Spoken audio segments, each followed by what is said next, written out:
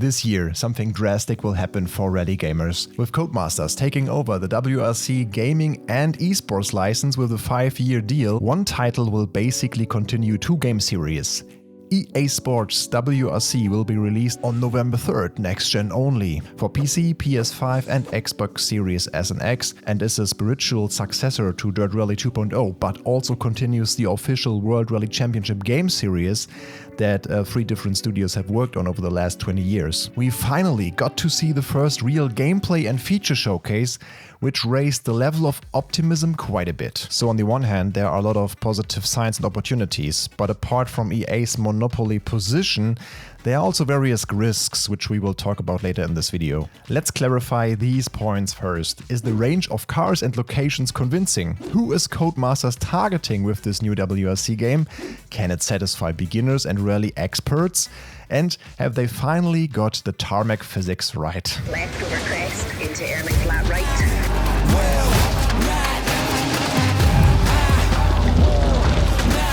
This is Rally.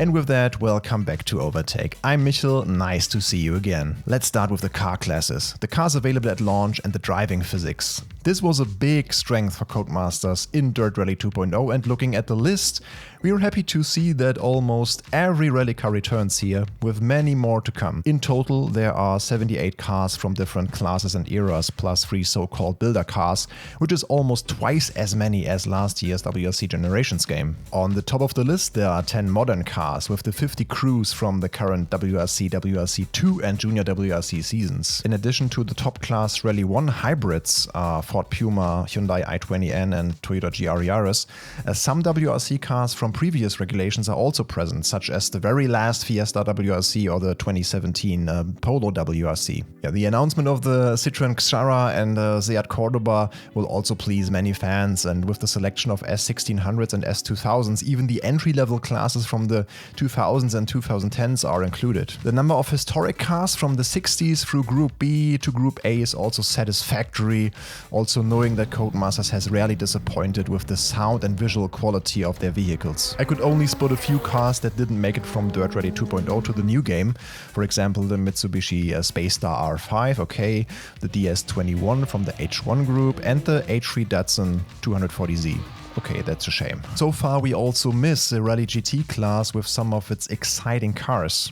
On the other hand, if you don't want to miss any of the exciting new uploads from OverTake in the future, you should think about subscribing to the channel now and hit the bell. As Codemasters has always been a step ahead of other studios in terms of bringing the Rally Legends to life, and the cars are really fun to drive, the scope gives me a really positive feeling. Also because there are a lot of Subarus again, also these two here. But where are all the cool historic Toyota rally cars? And in the case you wonder, the rallycross classes and modes that were an integral part of the Dirt series have disappeared. But this was to be expected, as EA Sports WRC is supposed to simulate the core of the sport and stage rally, so if you want to drive RX, you'll still have to do it in Dirt Rally 2.0, iRacing or AMS2 as well. The builder cars for the 3 WRC classes should not go unmentioned here. You can design a car yourself, starting with the chassis layout, various mechanical parts, customizing the aero parts, and even choosing interior details like dashboards or seatbelts. On the first screenshots they already look like copycats in a way. In any case, Codemasters has assured us that you can't build an OP builder car. The balance in the class should always be maintained. As there are bound to be differences between the cars, we'll have to wait and see if this is actually possible. Now comes an important piece of information that tells us something about how EA Sports WRC will feel.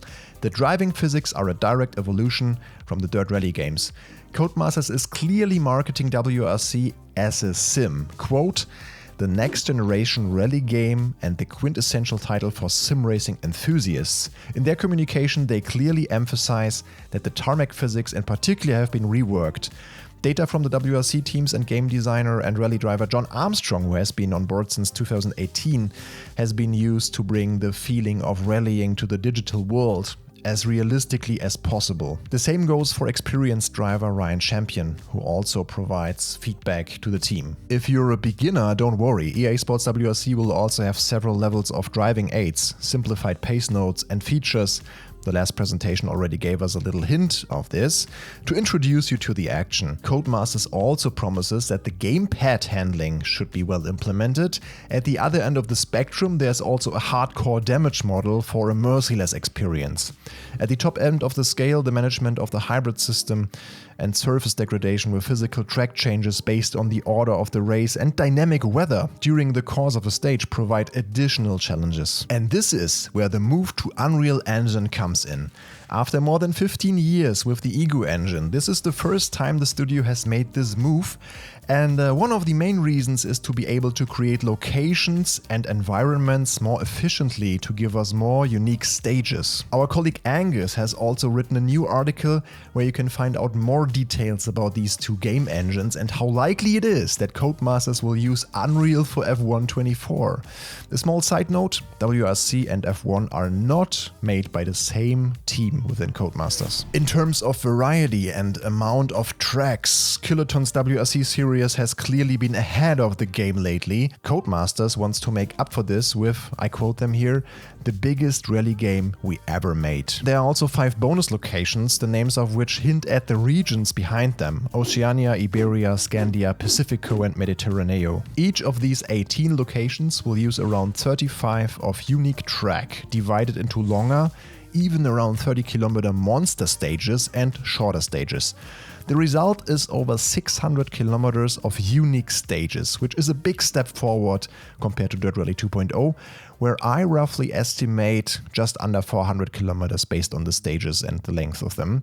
Yeah, with the help of WRC though, Codemasters can also draw on a lot of satellite data and reference material to include real road sections in all of the locations. I hope they have also created some cool super special stages, some of which take place in arenas or city centers. There's also the option to run the non-snow rallies in all 4 seasons, which looks exciting and adds to the variety even more. There are also different times of day and dynamic weather conditions, which can even change during a stage. For example, you start in bright sunshine and end up in rainy conditions. So, despite all the throwbacks and recycling maybe of Dirt Rally 2.0, EA Sports WRC should feel fresh, with lots of new environments and new lighting, especially as the track layouts and widths are based on the real world. So for now, you have to hand it to Codemasters that they have addressed many of the issues that fans brought up over the last couple of years and that make a good rally sim and representation of one of the greatest motorsports. But unconditional trust is never an option, especially when EA is involved. Also, for me personally, chassis movement, some of the graphical assets and the way cars move over the surfaces still look a bit off. And there are many open questions. How does the final product feel? We don't know yet. Is it really better on tarmac now? How polished and bug-free is it after the switch to a new game engine? Will VR be delivered in time? What about FPS limitations? Will the clubs features return? Can pace notes be set manually? Will there be a co-driver mode? How motivating is the career? Is triple screen supported? How does the multiplayer work? Many questions. Some of them will be answered next week. We remain optimistic and will keep you updated. Until then, I'd like to recommend one of our videos that fits in with today's theme.